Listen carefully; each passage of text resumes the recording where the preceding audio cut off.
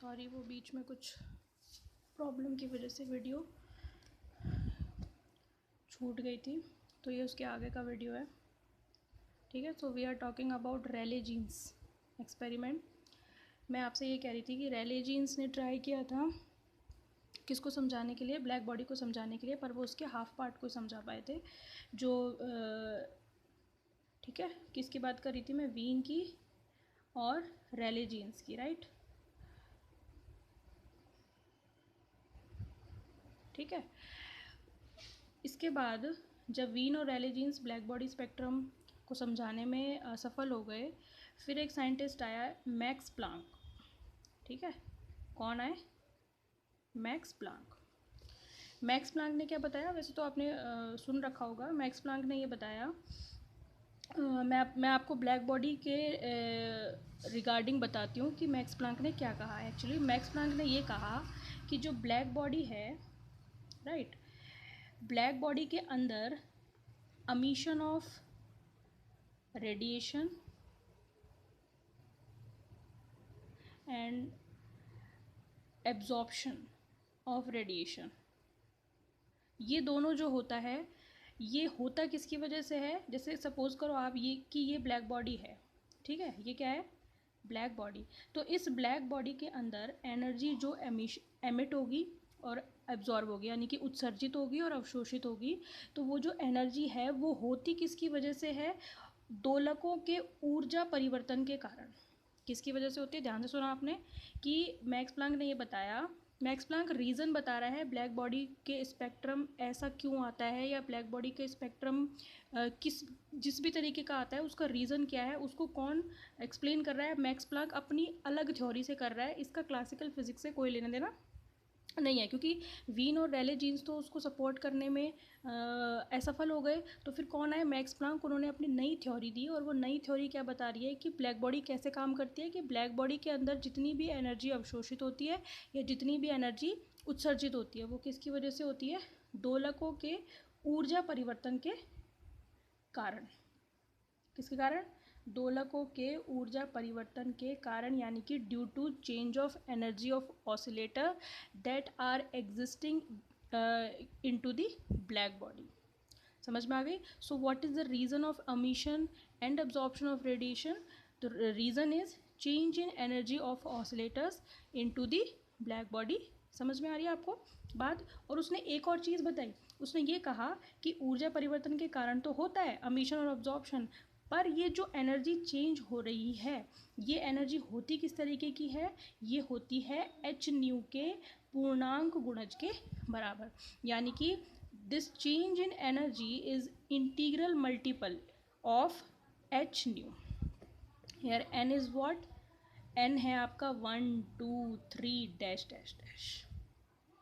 समझ में आ रही है आपको बात। तो n जो है वो वैल्यू है जो किसको बता रही है, इंटीग्रल मल्टीपल नंबर्स को बता रही है, 1 2 3। यानी कि जो भी इस पर्टिकुलर ब्लैक बॉडी के अंदर एनर्जी चेंज होगा, दैट में बी emission और दैट में be absorption, that will be integral multiple of h new.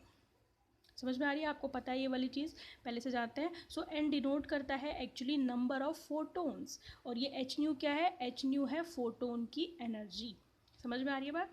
तो मैक्स प्लांक ने ये बताया कि एनर्जी जो है ई, वो एच न्यू की पूर्णांक गुणज होती है। और जितनी भी आपने, पता है मैक्स प्लांक का जो ये रूल पढ़ा होगा, इसकी दूसरी फॉर्म पढ़ी होगी। एक्चुअली आपने ये पढ़ा होगा कि ऊर्जा जो प्रकाश जो हमारे पास आता है वो कैसा होता है, ऊर्जा के छोटे छोटे बंडल या पैकेट्स की फॉर्म में होता है। आपने यही तो पढ़ा है, ठीक है, आपने ये तो पढ़ा है। और एक जो बंडल है या पैकेट है उसकी एनर्जी कितनी होती है, आपने पढ़ा है, E is equal to h nu. ऐसे पढ़ा है आपने भाई, एक फोटोन है तो आप कहोगे एच न्यू है, 2 फोटोन है तो आप कहोगे 2 एच न्यू है, 3 फोटोन है तो आप क्या कहोगे, 3 एच न्यू है। पर अब ये आपकी बचपन वाली डेफिनेशन हो गई, यानी कि जो आपने इनिशियल क्लासेस में पढ़ा है, जो आपकी छोटी क्लासेस है उनमें पढ़ा है आपने, ये तो वो डेफिनेशन हो गई। पर अब हम एक्चुअली हम बड़े हो गए ना, तो अब हम क्या पढ़ रहे हैं, क्वांटम फिजिक्स। तो क्वांटम फिजिक्स में हम पर्टिकुलर जो दिया गई थ्योरी है मैक्स प्लांक की, उसको हम डिटेल में पढ़ रहे हैं। इसलिए मैंने इस मैक्स प्लांक की जो आपने ये पढ़ी हुई है ना छोटी वाली, E is equal to h nu, उसको मैंने थोड़ा सा खोल के बताया है। मैंने आपको क्या क्या बताया, कि ब्लैक बॉडी के अंदर एनर्जी का अमीशन या अब्जॉर्प्शन किसकी वजह से होता है, दोलकों के ऊर्जा परिवर्तन के कारण होता है, that is due to change in energy of oscillators into the black body. ठीक है, तो ये एक तो ये रीज़न हो गया। दूसरा उसने क्या बताया कि जो एनर्जी चेंज हो रही है that is always integral multiple of h new, और ये जो एच न्यू है वो क्या है, फोटोन की एनर्जी या एक पर्टिकुलर पर्टिकुलर जो पैकेट है उसको हम क्या बोलते हैं, फोटोन या क्वांटा। तो एक फोटोन या एक क्वांटा की एनर्जी कितनी होगी, एच न्यू। अब जितने फोटोन होंगे उस हिसाब से उसके नंबर चेंज हो जाएंगे, एक है तो 1 2 3 इसके अकॉर्डिंग। समझ में आ गई बात। अब यहाँ पे ये जो एच है, ये एच क्या है, एच इज़ प्लांक कांस्टेंट, आप अच्छे से जानते हैं इसको। वैल्यू क्या होती है इसकी, वैल्यू होती है 6.62 इंटू 10⁻⁻34 जूल इंटू सेकेंड।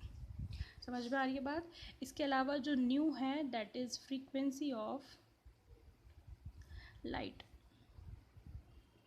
तो ये 10th क्लास की डेफिनेशन है जो E = एच न्यू हम पढ़ते हैं, ये हमने थोड़ा सा इसको हमने डिटेल में पढ़ा है। समझ में आ गई। तो जैसे ही मैक्स प्लांक ने ये थ्योरी दी अपनी ब्लैक बॉडी को समझाने के लिए, वैसे ही एक क्रांति आ गई फिज़िक्स में। क्यों, क्योंकि एक नई तरीके की डेफिनेशन दी, एक नई तरीके की फ़िज़िक्स के बारे में बताया जिसके बारे में किसी को नहीं पता था। अब तक क्लासिकल फिज़िक्स समझते थे। तो max Planck is the max Planck है एक मीडियम किसका, क्वांटम फिज़िक्स के ओरिजिन का। समझ में आ गई। तो ये एक तरीके से जन्मदाता हैं किसके, क्वांटम फिज़िक्स के। उसके बाद फिज़िक्स में इतनी सारी नई नई चीज़ें आई हैं, ठीक है, वो सब हम आगे पढ़ेंगे कि किस तरीके से फ़िज़िक्स को देखने का नज़रिया ही चेंज हो गया मैक्स प्लांक की ये थ्योरी आने के बाद। समझ में आ गई बात।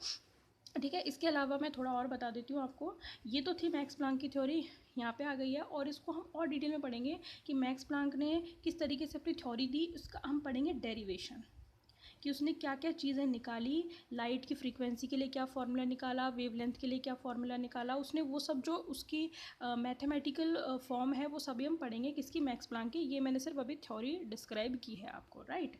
इसके अलावा मैं आपको बता देती हूँ मैक्सवेल की रेडिएशन थ्योरी क्या थी। मैक्सवेल की पता है, वैसे तो आपको क्लास में मैंने एक बार बताया भी था आपको कि इस तरीके से जब भी कोई चार्ज पार्टिकल मूव करेगा तो चार्ज पार्टिकल के मूव करने की वजह से क्या होता है कि इलेक्ट्रिक और मैग्नेटिक फील्ड चेंज होते हैं और वो एक दूसरे के परपेंडिकुलर होते हैं। तो अगर ये डायरेक्शन है उसके मूव करने की, और उसकी डायरेक्शन को हम बताते हैं प्रोपोगेशन वेक्टर के से, ठीक है। और अगर ये है इलेक्ट्रिक फील्ड और ये है आपका मैग्नेटिक फील्ड, ठीक है। और तो ये मेरी जो है ये पर्टिकुलर जो मैंने पार्टिकल लिया है that is moving charge particle है और ये मूव कर रहा है, ठीक है, पढ़ा हुआ है आपने। तो ये आपका इलेक्ट्रिक फील्ड की डायरेक्शन हो गई, यही तो डायरेक्शन है इलेक्ट्रिक फील्ड की, ये वाली और नीचे वाली। तो ये इस तरीके से वाइब्रेट करेगा इस डायरेक्शन में, तो ये इलेक्ट्रिक फील्ड क्रिएट कर रहा है। और ये जो डायरेक्शन है इसके जस्ट परपेंडिकुलर ये किसकी डायरेक्शन है, ये है मैग्नेटिक फील्ड की डायरेक्शन। तो ये जो इसके कंपन होंगे या वाइब्रेशंस होंगे ये होंगे मैग्नेटिक फील्ड की डायरेक्शन में, राइट।